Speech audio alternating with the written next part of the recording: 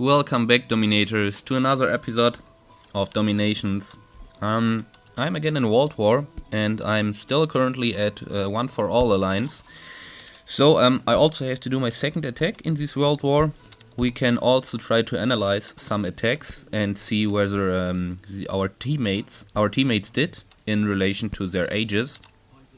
Okay, it's a little bit harder, like I already mentioned, to see which coalitions the enemy has active. So for example, I definitely know that enemy number 3 has a defensive coalition, but you cannot see it. Enemy number 1 seems to obviously has let's see, enemy number 1. Okay, enemy number 1 seems to has 3 defense coalitions, so we have 1 offense coalition at Thomas' side, and I think 3 mid-level, yeah, one a little bit above, but others are mid-level, so average defense coalitions. The enemy number 1 base, I don't think it's so strong. He has a very low level and not good build base, but I think he's at level at number 1 at the enemy alliance because he has done some university research, which is quite not obvious or not transparent to us. Therefore, he looks so less progressed, but nevertheless he's at a strong place. So missing the quick victory is not that good, I think, because Thomas is obviously in atomic age, and so atomic age troops should be able to crash even global age bases at an easy base, I think, or very easy. We can also see, yeah, Zeus took number 2, nothing to complain, especially because of these offense collisions. I think 5 stars were a must-have. Then we also see all of the other attacks seem pretty good. Over here we have a black star. I don't know quite why. He attacked 1 number below his own mirror. I don't think that he should have that problems with his enemy. Number 15, our number 15 attacked enemy number 15. That's an industrial age player with all industrial age maxed out troops against enemy number 15, and what we see over here, no tank depots. I can see only 1 bunker, I think, not upgraded. So in total this guy is definitely more Enlightenment age plus than industrial age at all. I think there's much potential to improve skills by attacking. What we see then over here, enemy number 1. Okay, I have a defense coalition, but it's only level 3. Enemy number 1, atomic age, got only a very close 3 star at my base. 2% less and he would have only 2 stars.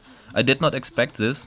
I have currently active my corner layout, so I also have heard flying V layout or something like this. I'm just calling it a corner layout. Hootie's also, I'm not quite sure. Hootie number 14 against enemy number 19 without any collisions at all.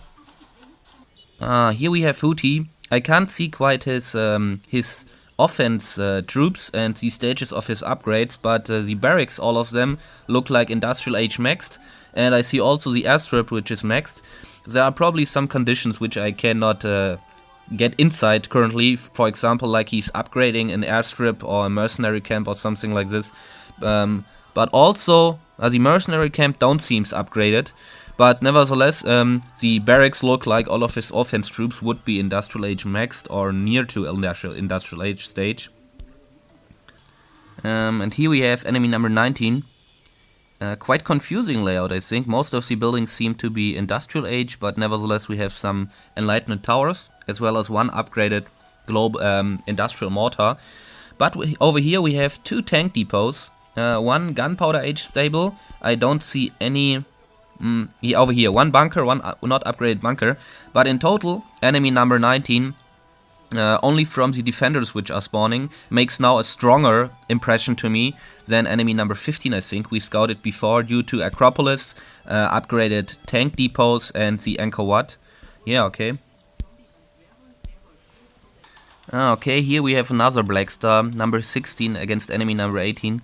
Again, I can't see the conditions behind, probably upgrading some of his buildings, but in total getting a black star is only possible, I think, when the game crashes or when something severely went wrong during the attack.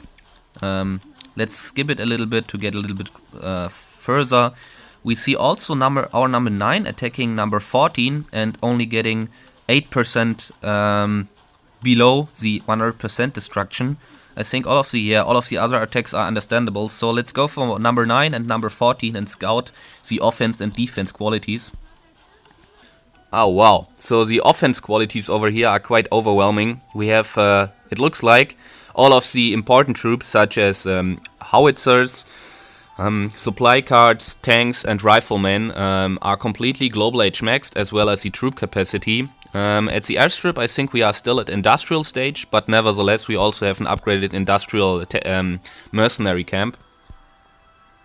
Okay, here we are at enemy number 14, a quite controversial or not unknown, but not an average layout, I would call it.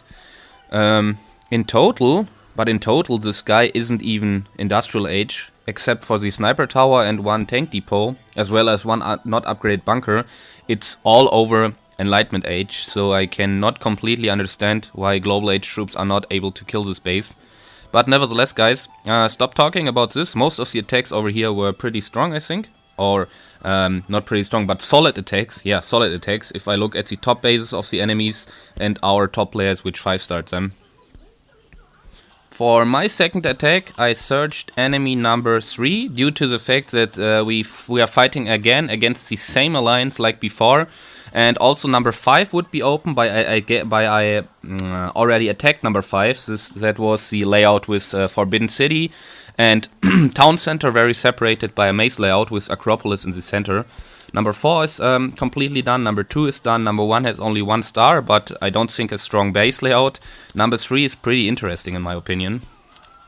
Here we have, the walls are all pretty high, like you can see. We see at first level 12, level 13, as well as even level 14 walls, so he pretty invested some effort in his walls. Then we have, I would call it a highly upgraded defense, because we see industrial mortars, global mortars, 2 times global max depots, 1 time global depot, then we have Versailles and we have Acropolis, so all of the troops are getting a huge bonus and a huge boost. Also, all of his tank depots and bunkers as well are in range of the Acropolis, so they will getting a huge increase. Yeah, in total I think the upgrade stage is not very bad. I first thought about starting from down here, but I think then micromanagement would get catastrophic. Therefore, I will try to attack from over here, trying to get the 50% victory. We have a defense coalition over here, and I'm pretty sure we won't get 100% and 5 stars, because getting at a nearly global age or a very sufficient global age progress base 5 stars, which is not bad built with industrial troops, I think this should be impossible. We have also highly upgraded generals. Sabotage tactics I could just place over here, probably over here, and over here. But I have to see how my troops are running. Probably they can take out a mortar even without sabotaging. I would like to spend 1 sabotage for the town center to get it safely disabled. To get 1 tank depot, 2, 3 tank depots, bunker, castle and town center, but the castle I think will be away from the effect of Blitzkrieg again. I think my Blitzkrieg should be placed over here, but before I reach the castle, the Blitzkrieg will be over again. So having 1 sabotage over or saved for this location here should be very important if I'm getting over there, to get rid of the highly upgraded generals and their Gatling gunners. But let's stop talking. I will come in from over here and see how my troops will split up. Hopefully they are not getting to this side of the base, because here the base is completely built to the outer corner. So everything seems ready.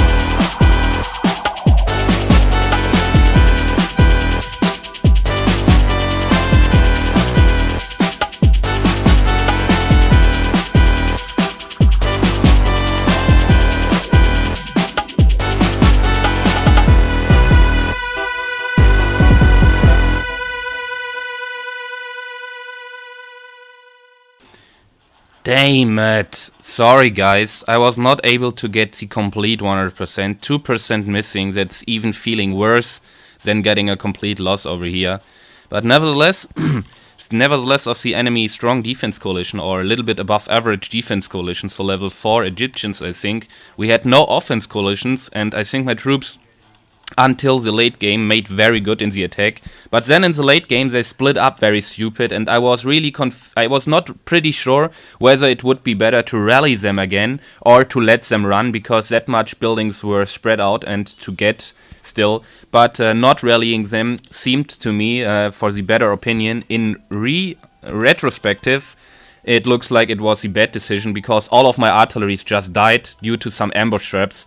I think if I could have saved them, the attack would have run in another way. But that's all impressions and experience I have to gain for my future attacks. So nevertheless, hopefully you were entertained by this attack, and you can see, just go for yourself with an example and try even harder bases than you think you could do. Because very often, if you have a good strategy and if a good planning at a base, you are able to do it, or nearly to do it. But you will definitely always gain some experience. See you soon, my friends.